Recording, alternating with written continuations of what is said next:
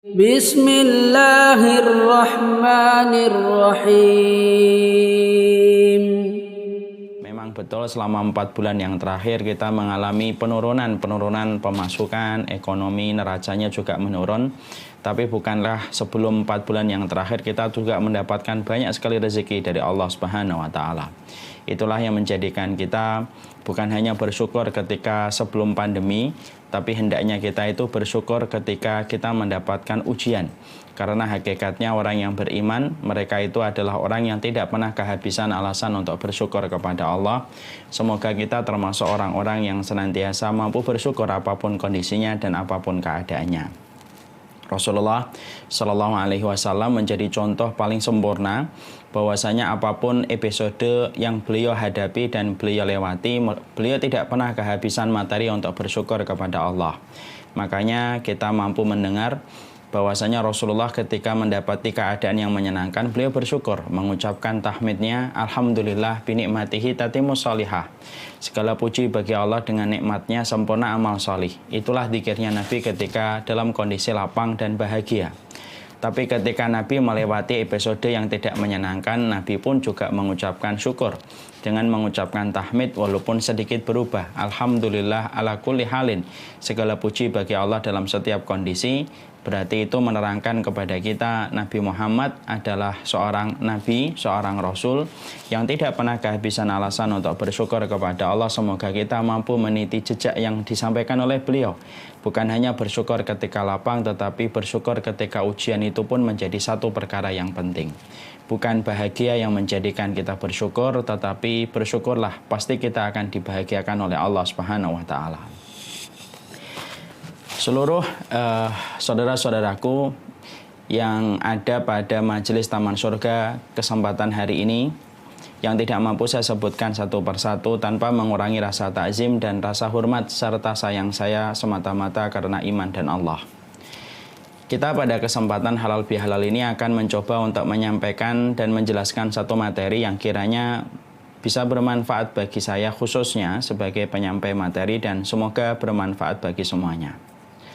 Kita akan menyampaikan sesungguhnya bahagia itu dalam kehidupan orang yang beriman itu, bahagia itu sederhana. Bahagia orang yang beriman itu tidak ditandai dengan fasilitas dan bukan ditandai dengan segala material. Bahagia bagi orang yang beriman itu sederhana, yaitu adalah ketika seseorang itu dilapangkan hatinya oleh Allah. Maka ini adalah orang yang paling bahagia. Karena sesungguhnya kunci kebahagiaannya makhluk itu sebagaimana Allah sebutkan di dalam surat Al-Insyirah ayat yang pertama. Alam nashrah laka sadrak. Sesungguhnya bukankah kami yang melapangkan hatimu? Bukankah kami yang melapangkan jiwamu? Berarti orang yang telah dilapangkan hatinya oleh Allah dan orang yang telah dilapangkan jiwanya oleh Allah, maka pada dasarnya itu adalah orang yang bahagia. Karena kebahagiaan itu ditandai dengan kelapangan hati. Berapa banyak orang yang mendapatkan materi dan finansial yang banyak tetapi hatinya sempit, berakhir dengan tali digantungan ketika mati bunuh diri. Berapa banyak orang yang mereka terkenal tetapi jiwanya juga sempit, suram, sampai akhirnya dia mengakhiri hidupnya dengan cara yang tragis.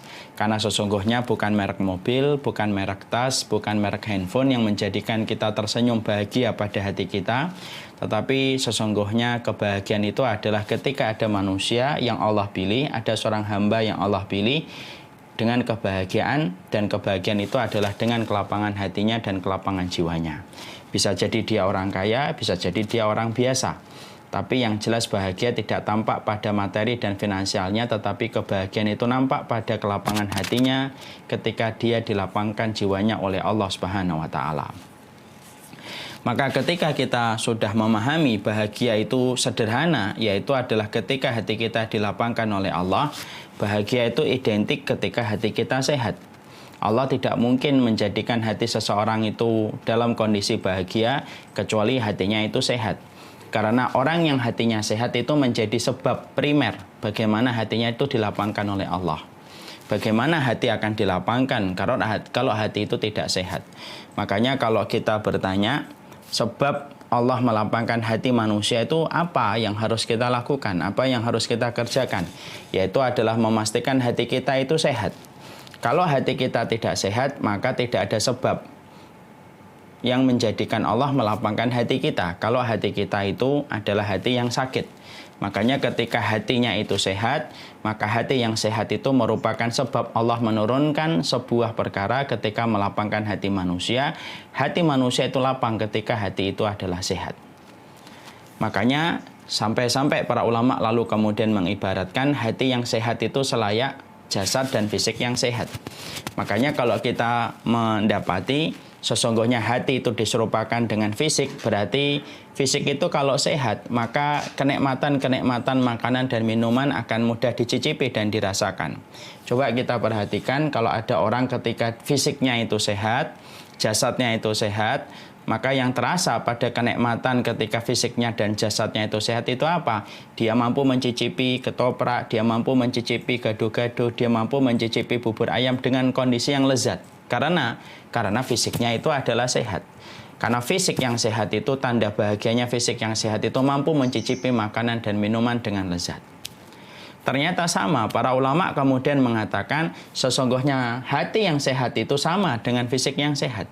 Kalau fisik yang sehat itu mampu merasakan kenikmatan pada makanan dan minuman, para ulama lalu menyebutkan hati yang sehat pun sebenarnya menjadi sebab kita mampu merasakan kenikmatan-kenikmatan dalam ibadah, kenikmatan dalam hidup, kenikmatan ketika kita menghambakan diri kepada Allah, itu disebabkan ketika kita memiliki hati yang sehat. Karena hati yang sehat itu persis sebagaimana fisik yang sehat. Sholat akan terasa nikmat, tapi tidak semua orang, khusus bagi mereka yang hatinya sehat. Puasa akan terasa nikmat, tapi tidak setiap orang, bagi mereka yang hatinya sehat. Tahajud akan terasa nikmat, tapi tidak setiap orang, tapi khusus bagi mereka yang hatinya sehat. Sama dengan fisik yang sehat. Ketoprak itu akan lezat bagi mereka yang fisiknya sehat. Bakso itu akan terasa nikmat ketika fisik kita sehat. Mie ayam itu akan terasa nikmat bagi fisik kita yang sehat. Karena sesungguhnya ketika fisik kita itu sehat, semua kenikmatan makanan dan minuman kita rasakan persis sebagaimana itu pula yang kita rasakan ketika hati kita sehat. Hati yang sehat itu menjadi hati yang mereka itu mampu merasakan dan mencicipi semua kenikmatan dalam hidup. Ketika dia tawadhu, dia merasa nikmat. Ketika dia menahan diri untuk tidak menghujat orang, dia merasakan nikmat. Semua perkara-perkara dalam hidup yang dia jalani akan terasa nikmat karena dia mendapati hati yang sehat persis sebagaimana fisik yang sehat.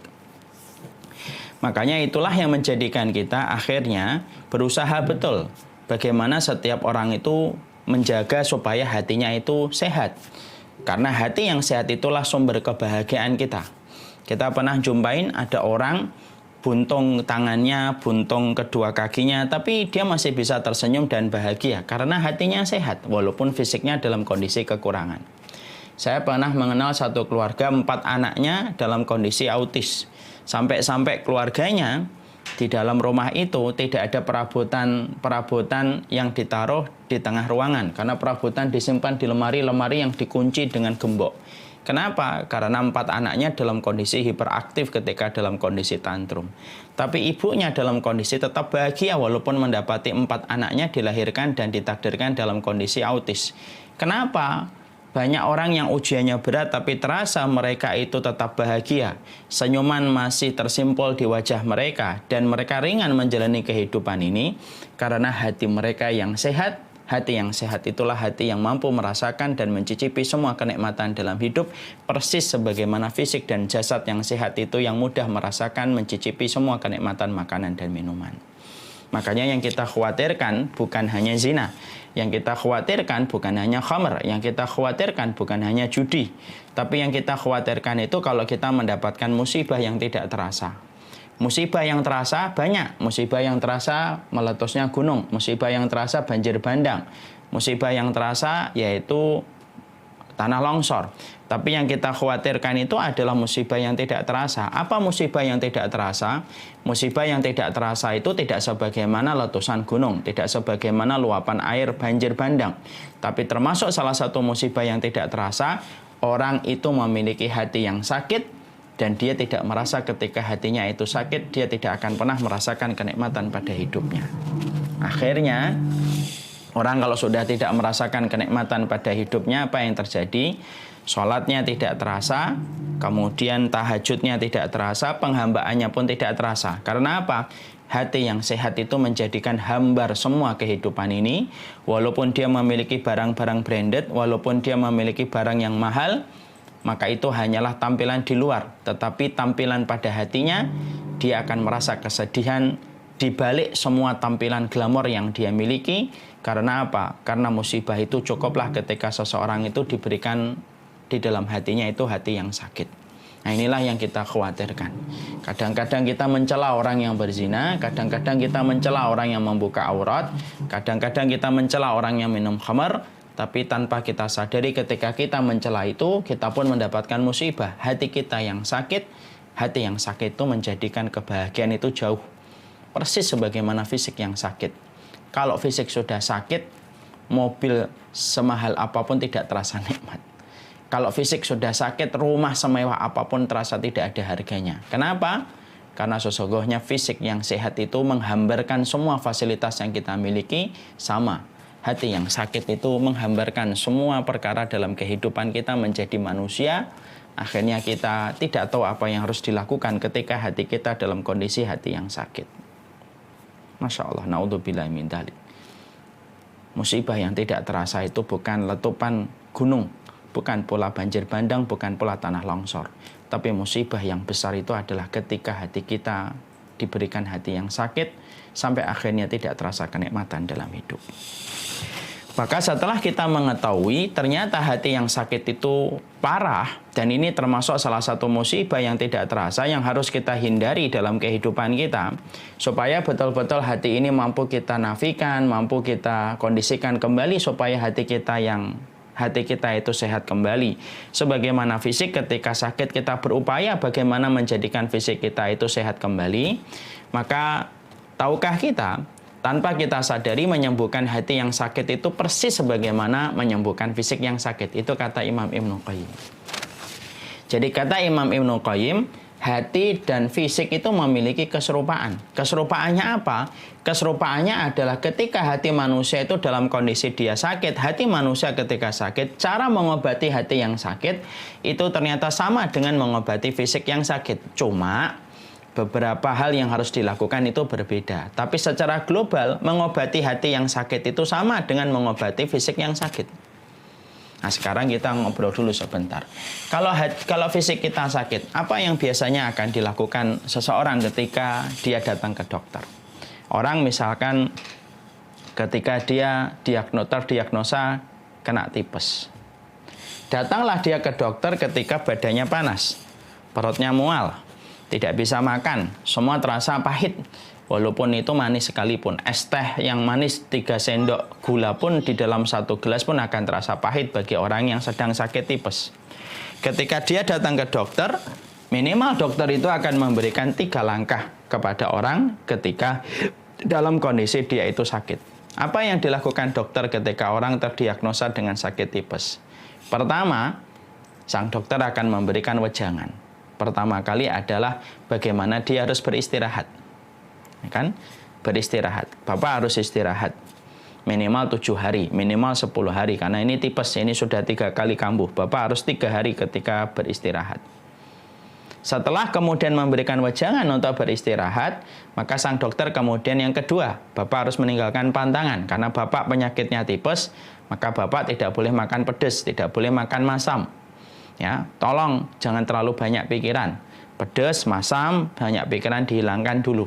Ini pantangannya, Pak. Kalau Bapak banyak istirahat tetapi Bapak masih makan pedas, maka kemungkinan besar tipesnya tidak akan sembuh dan bisa berakibat fatal. Baru setelah itu langkah yang ketiga yang dilakukan dokter apa? Yang dilakukan dokter setelah itu adalah ngebom penyakitnya dengan suntik. Ini suntik atau minum pil, minum obat. Itulah yang dilakukan dokter kalau mengobati fisik yang sakit. Ya, sakit tipes, sakit DB, dan lain sebagainya, maka pengobatannya dengan 3 perkara itu. Sekarang ternyata Imam Ibnu Qayyim itu menyampaikan kepada kita pengobatan hati yang sakit itu ternyata mirip dengan pengobatan fisik yang sakit. Makanya kemudian akhirnya kita mendapati menyembuhkan hati itu selayak menyembuhkan fisik yang sakit. Itulah yang disampaikan oleh Imam Ibnu Qayyim. Sekarang setelah kita mengetahui apa yang kemudian dilakukan oleh dokter ketika menyembuhkan fisik yang sakit, maka sesungguhnya pun sama. Kalau seseorang itu dalam kondisi dia itu hatinya sakit, dan hati yang sakit ini indikatornya apa, Ustadz? Hati yang sakit itu indikatornya adalah ketika semua ibadah tidak terasa nikmat. Sholat berjamaah tidak terasa nikmat, sedekah terasa berat, tahajud susah bangun. Lalu mendatangi majelis ilmu terasa berat. Kalau kita sudah mendiagnosa pada diri kita, ada tanda-tanda hati kita sakit. Karena semua ibadah yang Allah syariatkan pada kehidupan kita tidak ada nikmatnya sama sekali. Maka kemudian sudah fix dan confirm berarti hati kita sakit. Nah, dan lebih baik kita mendiagnosa diri kita, tidak usah mendiagnosa orang. Jadi saya ulang lagi. Kapan orang itu mulai merasa kalau hatinya sakit? Yaitu adalah ketika sholat di masjid berat, ketika dzikir betul sulit, ketika malam tidak pernah bangun, ketika membaca Al-Quran begitu berat dan begitu sukar. Ketika semua ketaatan itu terasa membuat sulit kehidupan, berarti hati kita sakit. Kalau kita sudah merasa hati kita sakit, berarti kita harus mengobatinya. Dan orang yang merasa hatinya sakit jauh lebih baik daripada orang yang merasa hatinya baik. Nah, itu tidak baik itu. Justru orang yang merasa hatinya itu baik itu justru hatinya mungkin sakit. Tapi orang kalau merasa hatinya sakit, nah itu justru tanda kebaikan, karena ketika dia merasa hatinya sakit, dia akan berupaya mengobati hatinya yang sakit. Lah, mengobati hati yang sakit itu apa yang harus kita lakukan? Ya sama dengan dokter ketika tadi memberikan memberikan proses mengobati orang yang sakit tipes. Maka sesungguhnya para ulama kemudian menyampaikan sesungguhnya yang harus dilakukan ketika seseorang itu sudah fix dan confirm ketika dia mendiagnosa dirinya, lalu dia merasa bahwasanya dirinya itu ada penyakitnya, maka yang harus dilakukan adalah 3 tahapan. 3 tahapan ini harus dilakukan. Umar Mid dilakukan Ustadz bukan Ustadz, guru bukan guru, maka sesungguhnya dia harus melakukan 3 perkara supaya hatinya kembali sehat. Sebagaimana fisik yang sehat akan menikmati makanan, hati yang sehat akan menikmati kenikmatan ibadah menuju kepada kematian sebelum dikumpulkan kepada mahsyar. Apa yang pertama yang harus dilakukan? Yang pertama adalah mengistirahatkan hati. Tentunya mengistirahatkan hati tidak sama dengan mengistirahatkan fisik. Dokter itu kalau mendapati orang tipes, selalu dokter itu mengatakan istirahat. Kalau pasiennya bangkang, bantah, saya nggak mau istirahat dokter. Nah, dokter akan berkata gampang, ya sudah, mau mati atau mau sehat? Kalau mau sehat, istirahat dulu. Mengistirahatkan fisik itu di mana? Kalau mengistirahatkan fisik itu di tempat tidur, pergi ke tempat rekreasi, tidak usah mikir beban pekerjaan, tidak usah banyak terlibat interaksi. Nah, itu yang biasanya dilakukan kalau mengistirahatkan fisik. Kalau kita kena tipes, dokter kalau ditanya, dok, saya harus istirahat, istirahatnya di mana? Udah banyak tidur yang cukup, minum yang cukup. Kalau bisa mungkin tidak usah pergi kemana-mana. Biasanya dokter akan menyampaikan begitu. Karena fisik istirahatnya di tempat tidur. Fisik istirahatnya tidak membawa beban pekerjaan. Fisik tempat istirahatnya ketika dia berada di tempat-tempat rekreasi dan tempat-tempat liburan. Tujuan-tujuan liburan. Beda kalau itu fisik. Kalau hati harus diistirahatkan. Cuma mengistirahatkan hati tidak sama dengan mengistirahatkan fisik. Kalau mengistirahatkan fisik itu di atas tempat tidur, bertemankan dengan bantal dan guling, tidur harus cukup, itu fisik. Sekarang ketika kita mengistirahatkan hati itu setidaknya ada 4 tempat yang disampaikan oleh para ulama ketika mereka memberikan penjelasan untuk kita semuanya. Kalau kamu ingin untuk mengistirahatkan hati, istirahatnya hati itu dalam 4 tempat. Siapa yang hatinya sering mengunjungi 4 tempat ini berarti hatinya cukup istirahat. Fisik kalau kelelahan itu mudah sakit, Pak. Hati itu kalau kelelahan juga mudah sakit. Dan maaf ya, organ tubuh yang paling cepat, organ tubuh yang paling capek itu organ hati. Kenapa? Karena dia paling banyak merespon apa yang dia pandang dan apa yang dia pikirkan sebelum yang lain merespon. Itu hati. Jangan kita kira yang paling capek itu tangan. Jangan kita kira yang paling capek itu kaki. Betul, kaki dan tangan pegel. Tapi yang paling capek itu sebenarnya hati. Kenapa?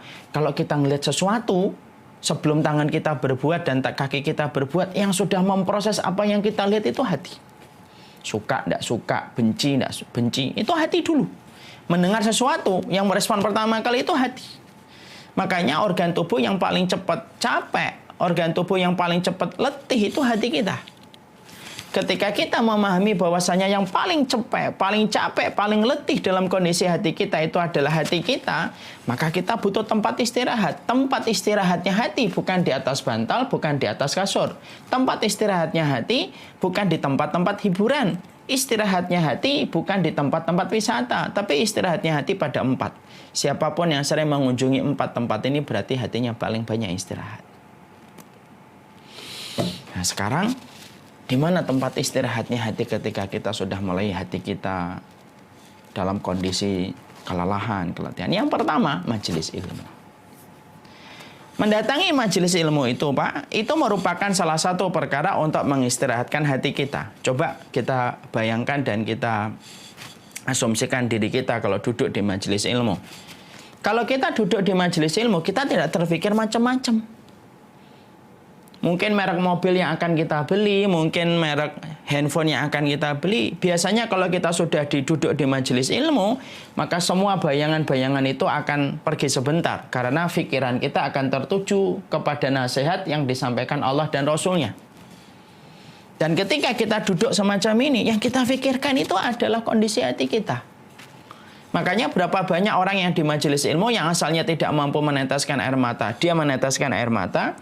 Berapa banyak orang yang duduk di majelis ilmu akhirnya menyadari kesalahannya sebagai istri, pulang dari majelis ilmu dia minta maaf kepada suaminya.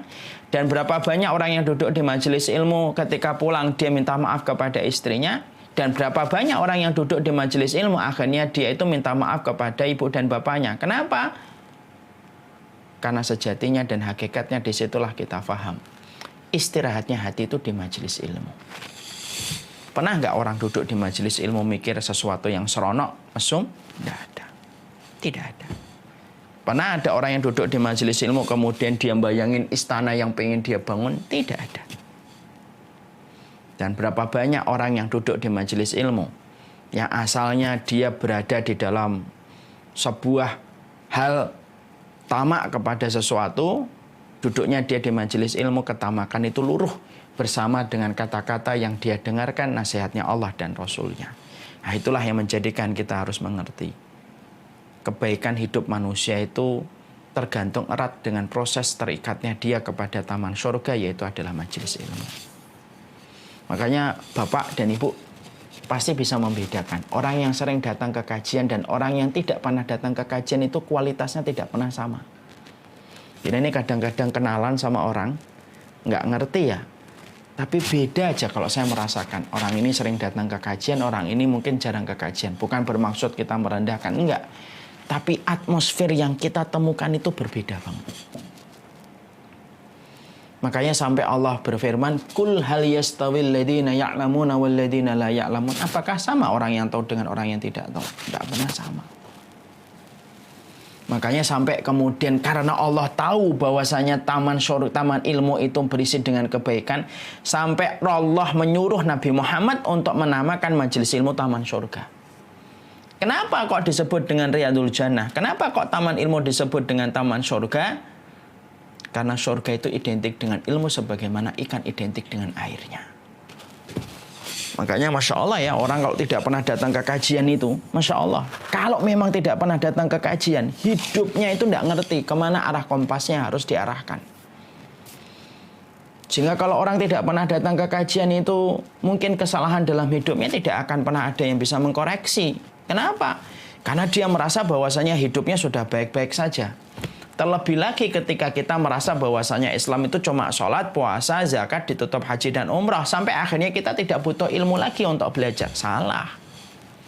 Kerja di Indosat, kerja jadi guru di SMA 70, jadi pemimpin atau menjadi kepala sekolah di SMA 70, sekolahnya aja minimal S1, S2, baru bisa menjadi guru atau kepala sekolah. Kalau hanya menjadi karyawan di Indosat, Telkomsel, sekolahnya harus S1, S2.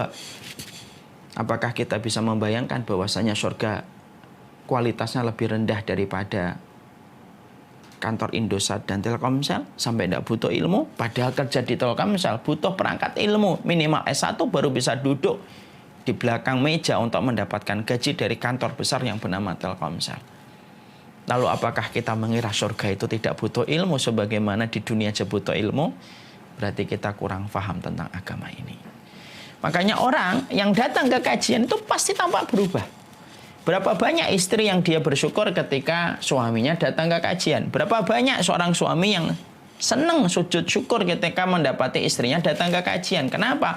Ada perubahan-perubahan yang nampak kepada mereka ketika datang ke kajian. Selama niatnya benar, selama prosesnya benar, orang yang datang ke kajian itu akan dilunakkan hatinya oleh Allah. Karena pada majelis ilmu itu merupakan taman surga. Itu tempat mengistirahatkan hati. Makanya kalau sudah duduk kajian tek gitu, dengerin gitu, hati kita itu istirahat sebenarnya. Yang asalnya merespon postingan fulan, asalnya merespon postingan fulan, asalnya merespon postingan iklan ini, merespon postingan iklan ini. Kalau sudah duduk di kajian, tek, pada saat itulah hatinya langsung istirahat. Makanya kualitas orang yang datang ke kajian, kalau niatnya benar. Saya tidak mengatakan semua yang datang ke kajian langsung baik, enggak. Saya pastikan bahwasanya orang yang datang ke kajian, kalau niatnya benar, prosesnya benar, tidak fanatik buta. Majelis ilmu merupakan tempat surganya hati untuk istirahat. Makanya inilah yang menjadikan akhirnya kita memahami di dalam agama majelis ilmu itu menjadi obat dari istirahatnya hati. Obat istirahatnya hati adalah di majelis ilmu. Ya. Makanya kepala sekolah yang sering datang ke kajian beda dengan kepala sekolah yang tidak pernah datang ke kajian. Ada sebuah kantor, Pak, Ibu, tidak mau saya sebutkan lah. Ketika dia berganti direksinya, dan akhirnya direksinya ini adalah orang yang sering ngaji, kebijaksanaan-kebijaksanaan yang dipakai itu Masya Allah. Luar biasa dampaknya kepada para karyawan ketika dipimpin sama orang yang sering datang ke kajian. Akan mengingatkan anak buahnya untuk sholat, akan mengingatkan anak buahnya ketika gaji, maka direksinya itu akan mengirimkan peringatan untuk zakat. Dan ternyata beda. Nah, disinilah kita akhirnya mengerti tempat hotel bintang 5 bagi hati kita, hotel bintang 5 hati kita itu adalah majelis ilmu. Itu yang pertama. Yang kedua, yang kita harus kemudian lakukan itu adalah ketika kita bertemu dan berinteraksi dengan hamba yang solih. Ini termasuk tempat mengistirahatkan hati. Hotel bintang 5. Hotel bintang 5-nya hati kita. Yang kedua, berinteraksi dengan hamba yang solih. Makanya bertemu sama orang solih itu penting. Makanya ada perkataan yang sangat indah untuk kita renungkan. Nadrul mu'min ilal mu'min yajlul qalba. Orang mukmin kalau bertemu dengan orang mukmin itu akan membersihkan karat-karat pada hati kita kalau kita berjumpa dengan mereka. Kita kalau ketemu orang yang kita kagumi dalam ilmu, orang yang kita kagumi di dalam akhlak, melihat saja itu membersihkan hati kita. Makanya keluarga muslim itu harus selalu memiliki sebuah aktiviti, sebuah kegiatan. Bagaimana dia itu mendatangi orang-orang solih dari guru-guru mereka, orang-orang yang mereka kagumi, karena duduknya kita di kamar kamar tamu mereka, lalu berbicara dengan mereka, itu langsung bisa membersihkan karat-karat di dalam hati kita. Ketika kita membandingkan kehidupan mereka dengan kehidupan kita yang sejatinya jauh kualitasnya daripada mereka. Maaf ya Pak, setingkat ulama Imam Ibnu Qayyim saja, ketika Imam Ibnu Qayyim dalam kondisi tiba-tiba futur. Futur itu apa? Penyakit hati ketika mulai melemah semangatnya. Itu penyakit yang akan menghinggapi kepada setiap orang. Seorang Imam Ibnu Qayyim kalau dia sedang futur, maka dia pergi ke gurunya. Dia melihat apa yang dilakukan gurunya, apa yang disampaikan gurunya, bisa mengkuatkan hatinya. Makanya saya teringat sama bapak saya. Bapak saya dulu kalau liburan tidak pernah beliau itu hanya membawa saya ke tempat-tempat liburan atau tempat-tempat wisata. Tapi justru yang paling sering dilakukan oleh ayah saya dan bapak saya dulu ketika saya masih SD, beranjak ke SMP. Kalau saya liburan itu selalu membawa saya plesir ke pondok-pondok. Dilihatin pondok ini, dilihatin pondok ini, dilihatin pondok ini. Makanya sampai akhirnya ketika saya SD, sampai akhirnya beranjak ke SMP, Referensi saya itu tempat yang paling kelihatan nyaman itu ya pondok pesantren. Kelihatannya jadi santri itu enak, mandiri, bisa ngurus sendiri tanpa merepotkan orang tua dan bla bla bla. Karena apa? Istirahatnya hati, hotel bintang 5 hati kita. Yang kedua itu adalah berkunjung, bertamu sama orang solih yang kita kagumi secara akhlak, yang kita kagumi secara iman, dan kita kagumi secara amal solihnya. Nah, sekarang kita tadaburi, kita bandingkan dengan kita. Kita ini suka sungkan, malu sama ustadz. Sungkan itu yang sebenarnya juga tidak pada tempatnya. Kita tidak pernah mendekat kepada ustadz. Kita tidak pernah mendekat sama orang solih. Anak kita tidak pernah kenal dengan anaknya orang yang solih. Akhirnya apa? Akhirnya kita tidak pernah membandingkan hidup kita kecuali dengan orang yang kualitasnya jauh di bawah kita. Seakan-akan dengan itu kita merasa pasti sudah lebih baik. Padahal kalau kita mau sedikit effort dan sedikit usaha mendatangi orang solih, disitulah kita akan ngerti betapa kecilnya kita dibandingkan kualitas hidup orang solih, di mana mereka mendapatkan tumpukan-tumpukan ujian tetapi mereka mampu melewati ujian itu. Karena apa? Hotel bintang 5-nya hati itu bukan hanya majelis ilmu. Hotel bintang 5 bagi hati kita adalah banyak bertemu sama orang solih. Makanya perhatikan kisah tentang 100 pembunuh 100 nyawa. Ketika disuruh tobat, suruh ninggalkan kampung Durjana menuju ke kampung orang yang solih. Kenapa disuruh kumpul sama orang yang solih? Karena orang yang solih itu adalah teman yang terbaik ketika hidup dan teman terbaik pula ketika mati. Makanya para ulama terdahulu, salah satunya Imam Qurtubi itu sampai mengatakan, sampai ketika engkau hidup, dekatlah bertetangga dengan orang yang solih. Sampai engkau ketika meninggal dunia, pilihlah kuburan di mana banyak orang solih yang dikuburkan di tempat itu. Nah, itu menunjukkan kepada kita bahwasanya Masya Allah, istirahatnya hati kita yang kedua itu adalah bertemunya kita dengan orang solih. Kita ini kan banyak orang solih itu bertebaran di mana-mana. Rumah kita kadang-kadang jauh dari orang solih yang kita bisa ambil bagaimana sikap hidupnya sehari-hari.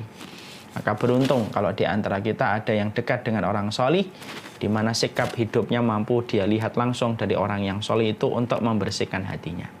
Itu yang kedua. Yang ketiga, tempat istirahatnya hati, hotel bintang 5 hati yang ketiga itu adalah mengingat kematian. Karena mengingat kematian, melihat orang yang sakaratul maut itu pasti lahir kebaikan dan atmosfer hati kita langsung istirahat dari penatnya dunia. Orang yang baru memandikan mayit, kalau hatinya masih bersih, semua keinginan dunianya itu tiba-tiba langsung redup dan sementara waktu bisa hilang. Makanya saya pernah membaca ada salah satu orang yang hijrah ditanya, kenapa alasan kamu hijrah? Karena saya pernah memandikan mayit langsung teringat diri saya nanti kalau dimandikan. Masya Allah. Hasan Al-Basri, salah satu ulama yang sangat masyhur, itu beliau itu berkata dan dinukil oleh Imam Al-Qurtubi dalam kitabnya. Hasan Al-Basri itu kalau beliau sedang merasakan hatinya mulai mengeras, dia pergi ke tempat orang yang sakaratul maut, dia lihat proses ketika orang sakaratul maut sampai dicabutnya nyawa orang ketika sakaratul maut. Pada saat itulah pulang Hasan Al-Basri menggigil dan bertambah ketakutan dia kepada Allah. Nah, kita ini, Masya Allah ya, kita hidup pada zaman ketika semua hiburan itu dibangun hanya untuk menjadikan kita itu ingat pada kehidupan dan lupa pada kematian. Semua wahana hiburan, semua mall, semua tempat rekreasi, sampai inovasi tempat hiburan itu bermacam-macam mainan yang tidak pernah kita tahu dulu, tiba-tiba sekarang dibuat inovasinya bermacam-macam. Sebenarnya satu. Semua tempat hiburan itu inovasinya tidak pernah berhenti dengan satu hiburan itu saja, tapi terus berkembang. Sampai semua permainan ada di sekitar kita. Dalam bentuk yang detail, dalam bentuk yang betul-betul ngasih kita entertain luar biasa. Intinya cuma satu. Supaya kita ingat kehidupan dan lupa kematian. Akhirnya apa? Orang kalau ingat kehidupan, hati kita ini disetting sama Allah supaya kembali ke akhirat, bukan ingat kehidupan. Lah kalau hati kita sudah kita rusak settingan Allah supaya kembali ke akhirat, kemudian kita rusak settingan itu menuju kepada dunia, hati kita tidak mampu memikul dunia, berat. Dan akhirnya apa? masalah-masalah sedikit akhirnya membuat kita frustasi. Karena sebenarnya hati kita harusnya dibawa kepada akhirat. Makanya sekali-kali orang itu ingat kalau ada orang sakaratul maut, coba datangin, lihat. Terutama kalau ngelihat orang tua kita meninggal dunia di atas tangan kita, di pelukan kita gitu. Pada saat itulah hati kita itu semua obsesinya tentang urusan dunia dalam hitungan hari atau hitungan jam hilang. Karena mengingat kematian itu hotel bintang 5 bagi hati kita untuk istirahat. Dan kemudian yang keempat, tempat mengistirahatkan hati itu kata para ulama bersama dengan Al-Quran. Makanya bersama dengan Al-Quran ini merupakan salah satu tempat mengistirahatkan hati. Makanya sampai Utsman bin Affan menantu Rasulullah SAW berkata, "Lamma tahurat qulubukum lamma syabi'at min kalami rabbikum." Orang itu kalau hatinya bersih, hati yang bersih itu hati yang tidak pernah kenyang untuk membaca Al-Quran. Jadi kalau ibu, bapak, guru, dan para siswa dan para siswi, kalau kemudian kita pengen tahu hati saya ini kok hitam atau putih Ustaz, tidak bisa di USG, tidak bisa di MRI. Tapi kalau kita pengen mengetahui hati kita ini bersih atau kotor, simple. Dekatkan mushaf kepadanya dan lihat bagaimana interaksi dia kepada mushaf itu. Kalau membaca Al-Quran baru 2-3 ayat kemudian terasa berat, itu lampu merah sebagai tanda waspada hidup. Berarti hati kita kotor. Karena hati kotor itu tidak akan pernah kenyang.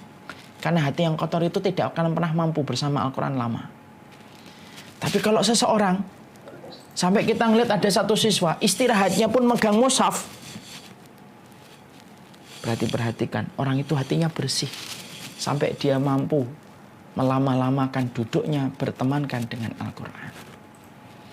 Makanya Masya Allah, orang yang bersama Al-Quran itu pasti mulia. Karena malaikat yang membawa Al-Quran menjadi malaikat yang paling mulia, malaikat Jibril. Laki-laki yang diturunkan kepadanya Al-Quran menjadi laki-laki yang paling mulia, Rasulullah Muhammad. Malam diturunkan Al-Quran menjadi malam yang paling mulia, yaitu malam Lailatul Qadar. Bulan diturunkan Al-Quran itu menjadi bulan yang paling mulia, yaitu adalah bulan Ramadan. Karena sejatinya mengistirahatkan hati itu adalah membaca Al-Quran. Makanya inilah yang menjadikan kita akhirnya memahami, berarti ketika seseorang manusia mengistirahatkan hatinya, sama bagaimana mengistirahatkan fisik, ketika fisik itu sakit demam, sakit tipes, maka mengistirahatkan hati itu hotel bintang 5-nya ada 4, kata para ulama. Dan ini tamparan untuk saya, untuk kita semuanya. Wahai Umar Mita, wahai Abu Basam Umar Mita, wahai siapapun yang hari ini mendengar, maka para ulama itu menyampaikan, hotel bintang 5 hatimu ada 4. Majelis ilmu, berinteraksi dengan orang solih, memandikan orang mati atau melihat sakaratul mautnya, dan kemudian yang keempat berinteraksi engkau dengan Al-Quran. Disitulah tempat istirahatnya hati kita. Itulah bintang 5-nya hati kita. Nah sekarang pertanyaannya, sudah sering check-in ke hati bintang 5 ini berapa kali dalam hidup kita? Jangan-jangan hati kita lelah, tapi kita tidak pernah check-in ke hati hotel bintang 5 untuk hati kita. Siapapun yang mereka dalam hidupnya tidak pernah check-in pada hotel bintang 5 untuk mengistirahatkan hatinya dalam 4 perkara itu, disitulah semua ibadah kita akan terasa hambar ketika kita tidak pandai mengistirahatkan hati kita.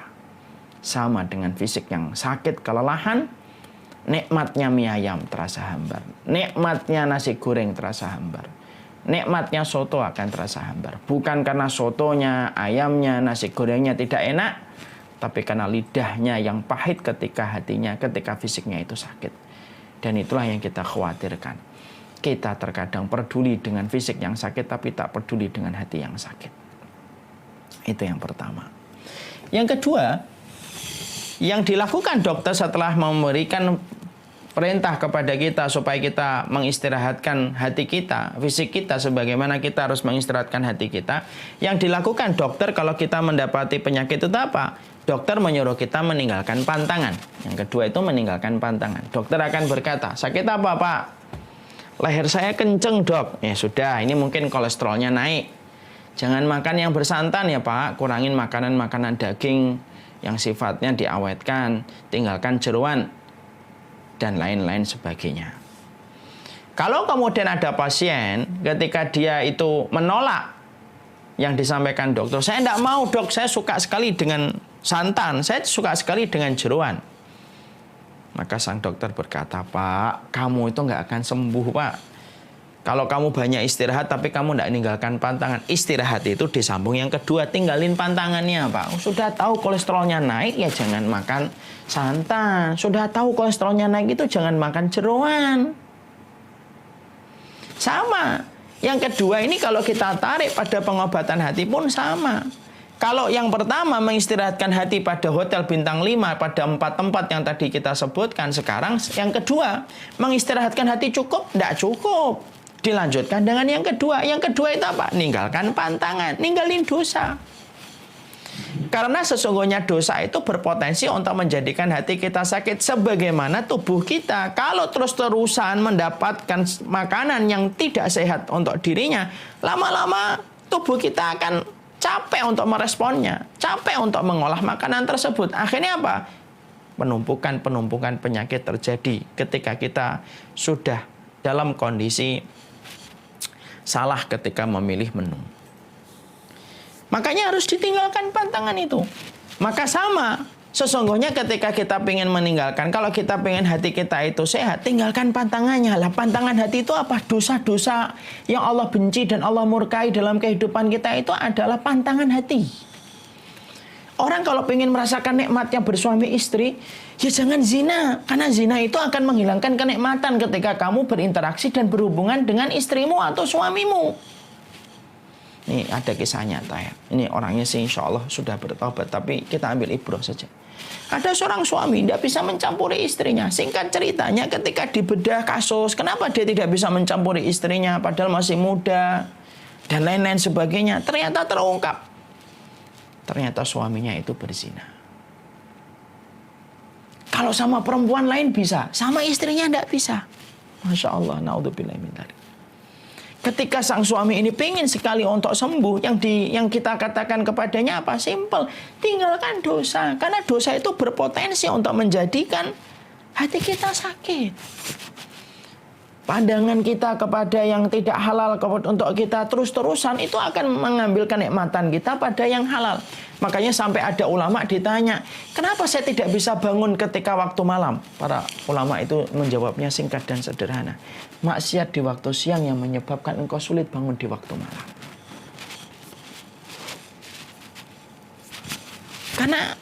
Karena ternyata dosa itu aksesnya itu bisa kemana-mana, yang menjadikan hilangnya kualitas dalam kehidupan kita. Ini ada satu kisah nyata lagi. Ada seorang ibu-ibu, itu dia curhat kepada seorang guru besar, nama Syekh. Guru besar itu Syekh. Dia berkata kepada gurunya, Syekh, saya punya 2 anak. Anak pertama, bandelnya luar biasa. Anak yang kedua itu baik betul. Ini kenapa ya Syekh? Padahal dua-duanya ini dari keturunan saya. Kok sifatnya bisa sangat berbeda antara satu dengan yang lainnya? Perhatikan Syekh ini. Syekh ini lalu bertanya sama ibu tadi. Bu, saya boleh tanya tentang sesuatu? Silakan Syekh. Lalu Syekhnya itu berkata, gimana hubungan ibu dengan suaminya ibu ketika ibu memiliki anak yang pertama? Jujur ya, jangan ada yang ditutup-tutupin dan jangan ada kebohongan. Perempuan itu langsung berkata kepada Syekh, ya Allah Syekh, ketika saya baru menikah pertama kali, saya banyak sekali bantah kepada perintah suami. Saya banyak sekali bertengkar dengan suami saya karena kami baru menikah masa adaptasi dan banyak sekali pertengkaran. Bahkan beberapa kali sempat kami mau bercerai. Syekhnya berkata, cukup. Saya tanya lagi Syekhnya, gimana kedudukan ibu setelah memiliki anak yang kedua? Ya Allah Syekh, anak yang kedua ini kami dapatkan setelah 6 tahun atau 5 tahun perjalanan pernikahan kami. Kami sudah dalam kondisi baik.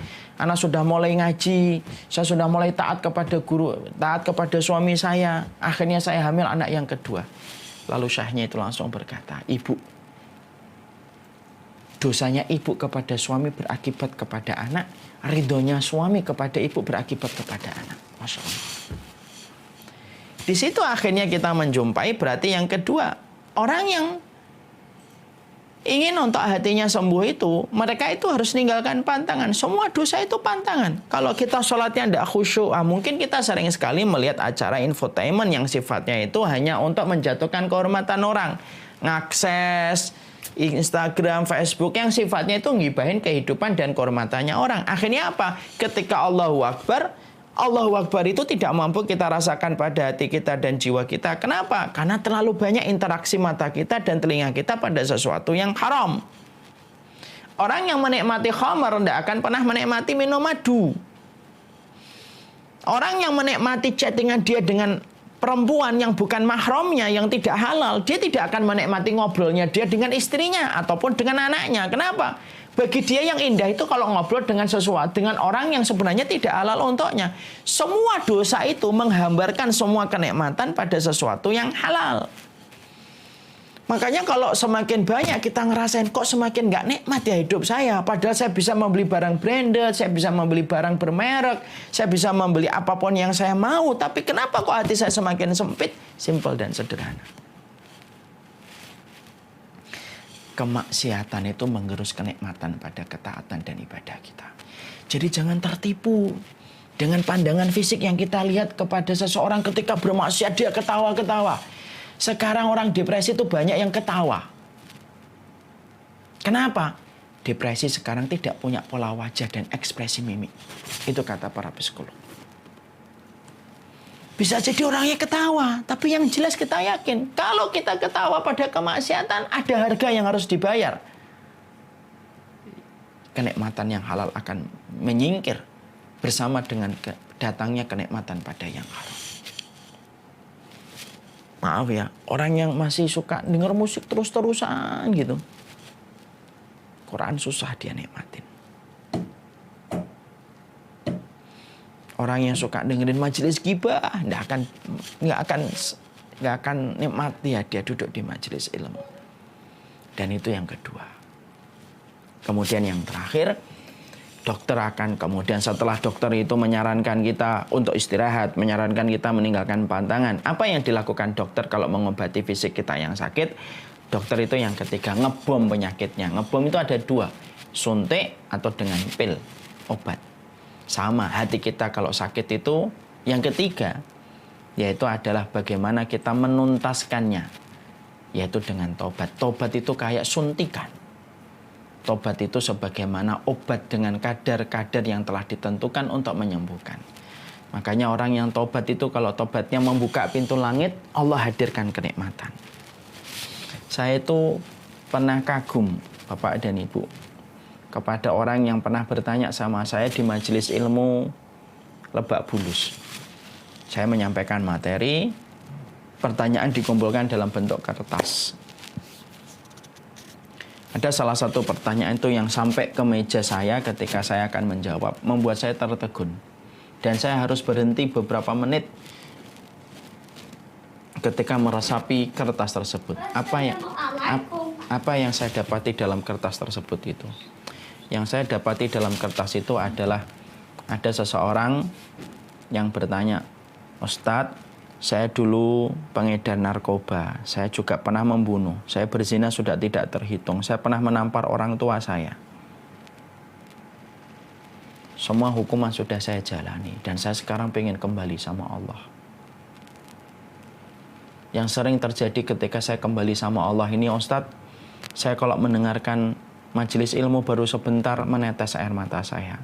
Saya baru sholat, baru 1 rakaat, 2 rakaat, saya nangis ketakutan ketika saya nanti diadab oleh Allah.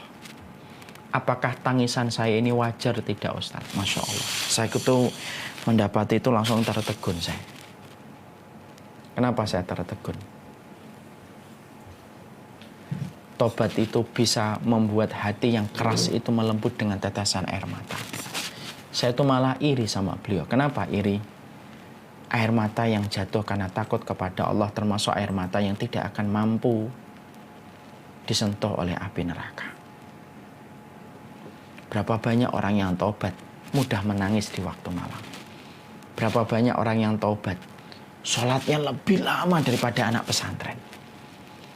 Berapa banyak orang yang bertaubat malah hati-hatinya lebih banyak daripada orang yang mungkin datang dari keluarga ustadz atau kiai. Karena terkadang tobat itu sifatnya luar biasa. Makanya kalau kita pengen tobat, ingat kepada dosa besar, ambil air wudhu. Sholat 2 rakaat, sholat taubat. Setelah itu susul dengan banyak bersedekah. Rata-rata para sahabat dulu kalau mereka itu tobat kepada Allah, mereka banyak bersedekah. Inna shadaqata tudfi'ul khotoya ya kama anal ma'a yudfi'ul naro. Sesungguhnya sedekah itu memadamkan api neraka sebagaimana air memadamkan api. Dan inilah yang kita harus lakukan. Ya, inilah yang menjadikan kita akhirnya mengerti.